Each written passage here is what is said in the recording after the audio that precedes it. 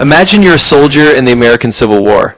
The ground is trembling under artillery fire, the smell of gunpowder burns in your nose, and all around you are the sharp commands of your officer and the steady line of comrades beside you. No markers above your head, no arcade hints, just formation and discipline, feeling like every volley and every step is part of a larger whole. That's what keeps people coming back to War of Rights. It's not just a shooter. It's a historical battle simulation where being part of the regiment is more important than individual glory. Let's dive into the atmosphere and the sound and the weather of the front. In War of Rights, it's not just about what you see, but what you hear and feel. The layers of smoke, the sudden gusts of wind that briefly clear the battlefield, the distant thunder of artillery, all of these elements create a living, breathing environment. You're not just playing a game, you're stepping into a sensory experience where the sound of a bullet hitting fabric or wood can tell you more than any on-screen indicator. It's that atmospheric depth that makes every battle feel immersive and every engagement feel like a step back in time. Now let's talk about the maps and the routes. In War of Rights, each battlefield is a recreation of real locations from the Civil War. And that means understanding the terrain is just as important as understanding your weapon. You'll learn the best spots to hold a line, the hidden paths for a flanking maneuver, and the natural cover that can turn the tide of battle. The landscape itself becomes part of your strategy, and knowing the map is like knowing an old battlefield by heart. It's not just about running and gunning, it's about navigating the terrain like a true soldier of the era. Now let's dive into the game modes and the core rules that form the backbone of War of Rights. The main modes are all about capturing and holding strategic points, often turning a single farmhouse, bridge, or hill into the focal point of the entire battle. It's about more than just individual skirmishes, it's about the entire team working together to hold the line, reinforce positions, and coordinate attacks.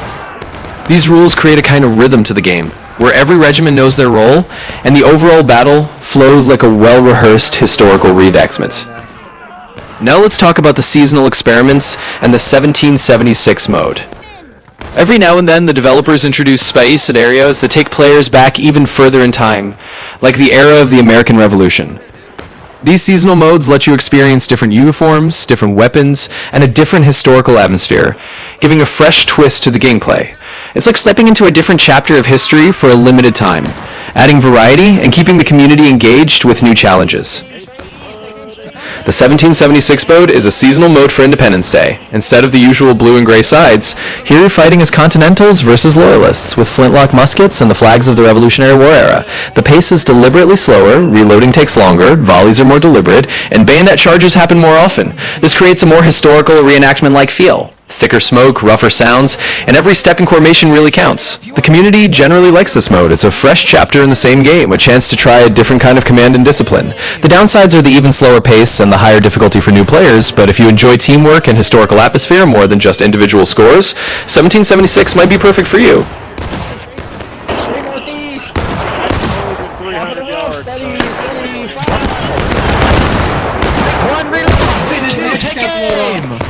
If you're crouching, take aim! Stay! Fire! Both ranks reload and hold! Yeah, that's why they're moving back to the right. Alright, gentlemen. Really good job, guys, on that. Remember, rank 2 is crouching, rank 1 is loading. If I say all rank, everyone does it. Steady, fire! Gentlemen, rank 1, take aim! Stay! Rank 2, take aim! Rank 1, recover and load! Rank 2, stay! Reload! Steady, fire! This is some good stuff, boys. Alright, we're gonna, once they charge, we're gonna do an all-rank volley. Alright, come on, British, give us some fun, I say! Honestly, half of us are shooting at them all because these cowards do not know! Oh, ranks!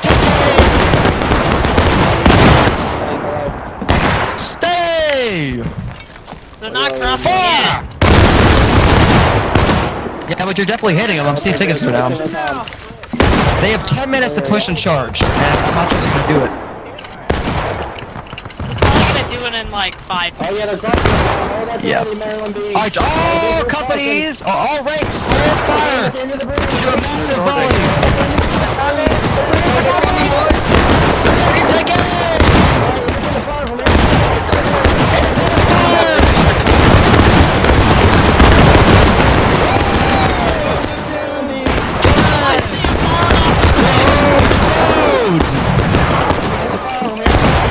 Shoot them down.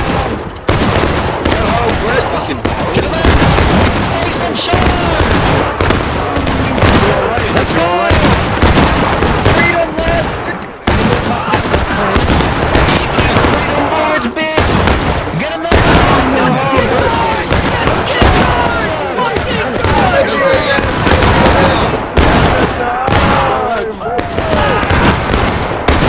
teamwork, wait.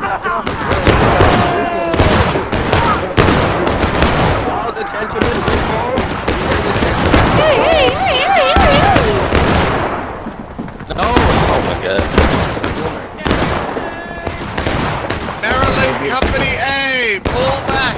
Maryland Company A, Beautiful charge. Now let's get into the Halloween events and the zombie mode. Every fall, War of Rights introduces a special event where soldiers face off against waves of the undead. It's a seasonal twist that adds a bit of fun and chaos to the otherwise historical setting. You and your fellow players have to hold the line not against another army, but against relentless hordes, adding a layer of teamwork and a different kind of tension. It's a fun way to break from the usual routine and enjoy a unique challenge with the community.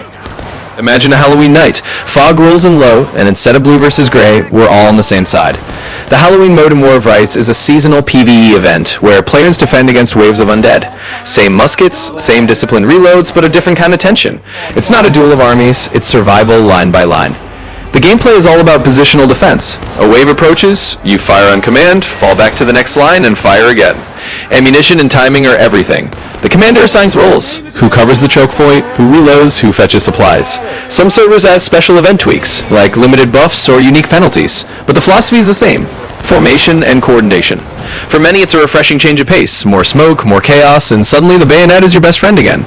Veterans see it as a test of quick reactions and teamwork, while newcomers get a crash course in when to shoot, when to retreat, and how to hold a line.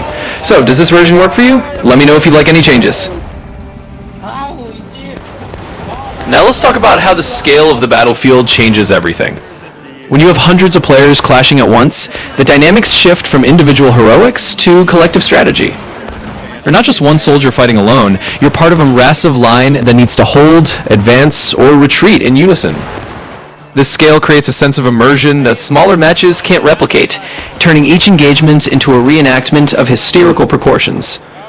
The feeling of being one part of a larger army is exactly what makes these large-scale battles so memorable. Now let's talk about roles and classes. Who you can be to help hold the line. In War of Rights, every player's role matters.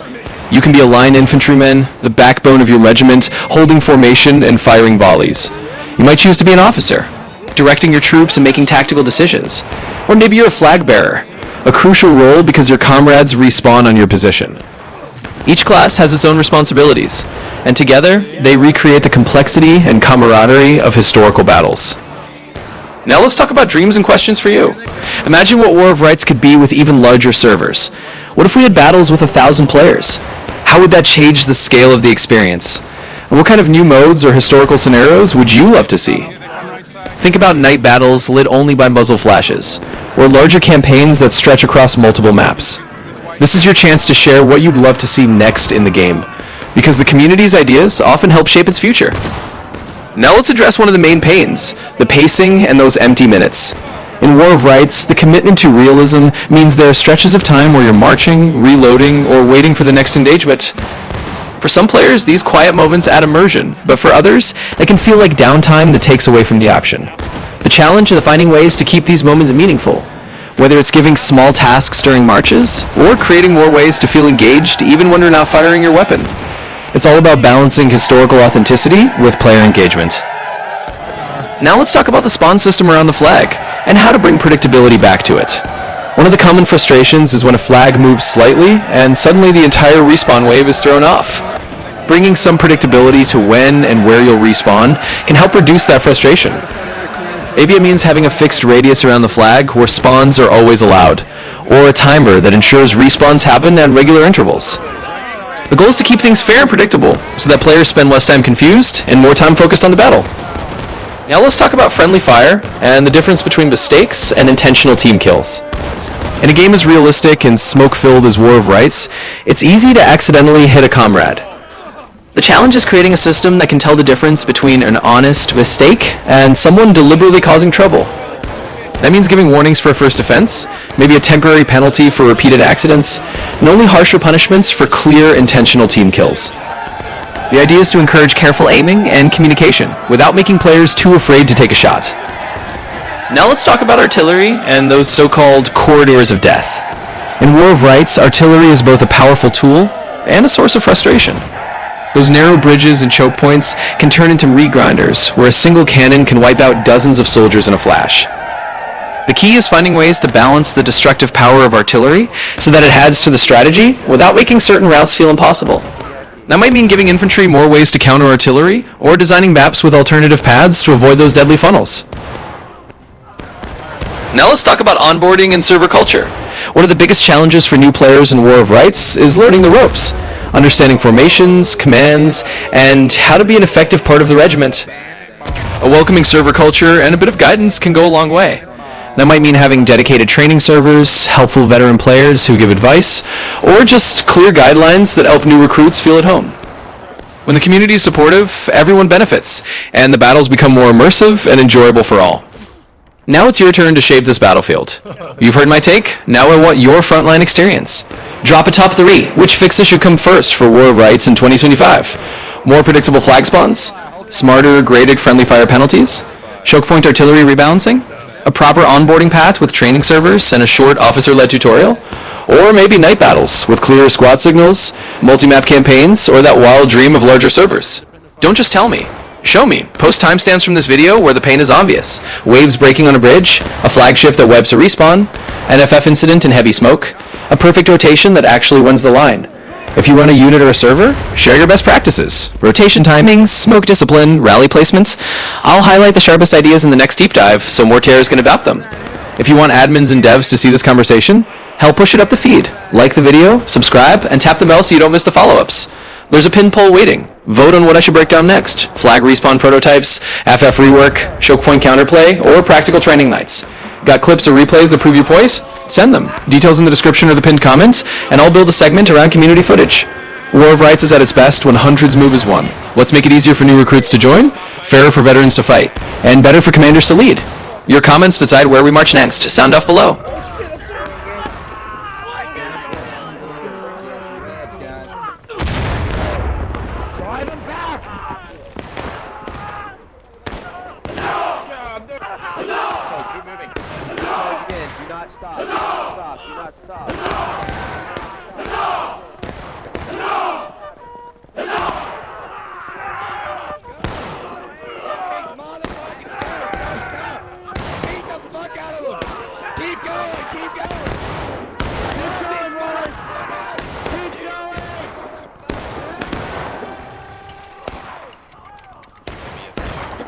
Give me up there.